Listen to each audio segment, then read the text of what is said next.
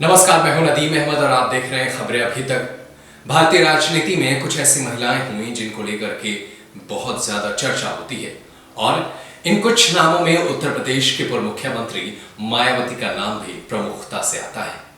मायावती का जन्मदिन है और मायावती के समर्थक आज उनका जन्मदिन मना रहे हैं। मायावती को उत्तर प्रदेश के अंदर बहन जी के नाम से जाना जाता है और उत्तर प्रदेश की राजनीति में नहीं बल्कि देश के दलित और पिछड़ों के जबान पर अगर कोई नाम आता है तो वो है मायावती। कांशीराम की शिष्या जिन्होंने उत्तर प्रदेश में 4 बार मुख्यमंत्री पद की शपथ ली और कैसे रही उनकी जिंदगी, उन बाधाओं को पार करते हुए मायावती कैसे 4 बार उत्तर प्रदेश की राजनीति में महानता के साथ मुख्यमंत्री की पद हासिल की, ये बेहद ही दिलचस्प कहानी है। मायावती के जन्मदिन पर आज हम उनसे जुड़ी हुई जिंदगी की तमाम जानकारियां लेकर आए हैं और आज हम आपको बताएंगे कि कैसे एक सामान्य से स्कूल में पढ़ाने वाली शिक्षिका चंदावती देवी मायावती बनती हैं और अपने लोगों के बीच ऐसा विश्वास हासिल करती हैं कि वो प्रदेश के मुख्यमंत्री तक का सफर तय करती हैं। एक दौर ये भी था कि जब मायावती को प्रधानमंत्री के रूप में देखा जा रहा था, लेकिन गाहे बगाहे या जो भी कहें, उनका ये सपना तो पूरा नहीं हुआ। फिर भी वो देश की राजनीति की उन महान महिलाओं में से हैं जिन्होंने इस प्रतिसत्तात्मक समाज में महिला होने का वो फर्ज निभाया है जिसे आज तक क्या आने वाले वक्त में भी याद रखा जाएगा।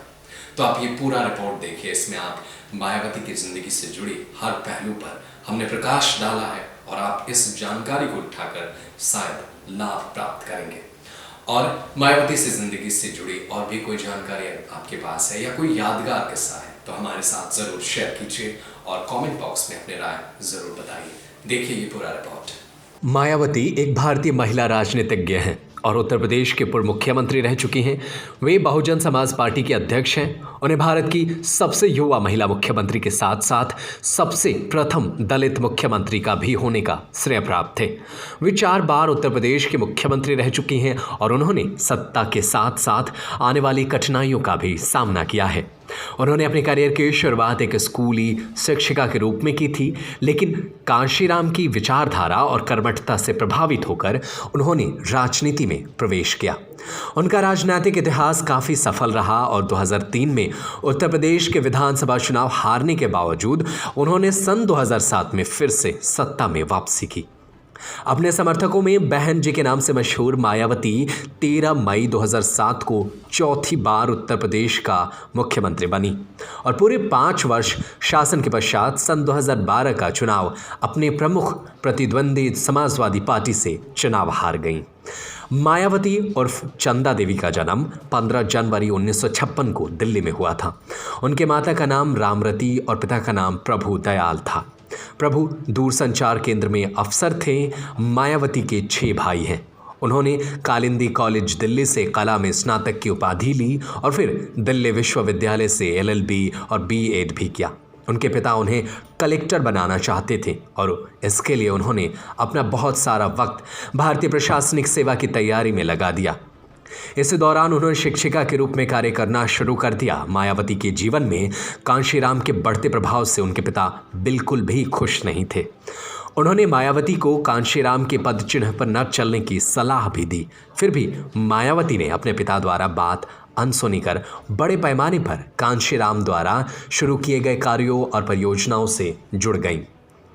सन 1984 तक मायावती ने बतौर शिक्षिका काम किया। वे कांशीराम के कार्य और साहस से काफ़ी प्रभावित थीं। साल 1984 में जब कांशीराम ने एक राजनीतिक दल बहुजन समाज पार्टी का गठन किया तो मायावती शिक्षिका की नौकरी छोड़कर पार्टी की पूर्णकालिक कार्यकर्ता बन गई।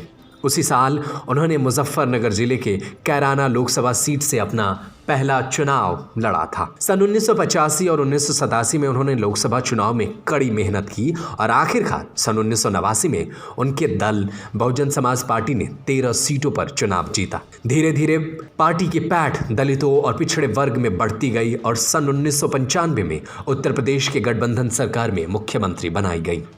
सन 2001 में पार्टी के संस्थापक कांशीराम ने मायावती को दल के अध्यक्ष के रूप में अपना उत्तराधिकारी घोषित किया। 2003 और 2 के दौरान भारतीय जनता पार्टी की गठबंधन सरकार में मायावती फिर से मुख्यमंत्री चुनी गई। इसके पश्चात बीजेपी ने सरकार से समर्थन वापस ले लिया और मायावती सरकार गिर गई। इसके बाद मुलायम सिंह यादव को प्रदेश का मुख्यमंत्री बनाया गया। सन 2007 के विधानसभा चुनाव के बाद मायावती फिर से सत्ता में लौट आईं और भारत के सबसे बड़े राज्य की कमान संभाली। मायावती के शासनकाल के दौरान उत्तर प्रदेश के बाहर बसपा का विस्तार नहीं हो पाया, क्योंकि उनके निरंकुश शासन के चलते ज़्यादातर पिछड़े वर्ग के लोगों ने उनसे मोह मोड़ लिया। मायावती ने अपने कार्यकाल के दौरान दलित और बौद्ध धर्म के सम्मान में कई स्मारक स्थापित भी किए। मायावती अपने शासनकाल में कई विवादों और घोटालों के रूप में जरूरी चर्चा में रहीं। उनका राजनीतिक अभ्युदय सचमुच अद्भुत रहा। एक सामान्य परिवार से आई दलित महिला ने ऐसा मकाम हासिल किया जैसा इस देश के इतिहास में कम ही महिलाओं को मिला है। विवादों की परवाह किए बिना मायावती के समर्थक हर बार उनका साथ देते रहे और अपनी वफादारी साबित भी की। मायावती ने दलितों के दिल में अपनी खुद की जगह बनाई और दलितों में अपने प्रति विश्वास भी कायम किया। न्यूज़ रूम से नदीम अहमद की report. Subscribe to our YouTube channel and press the bell icon to get the latest updates.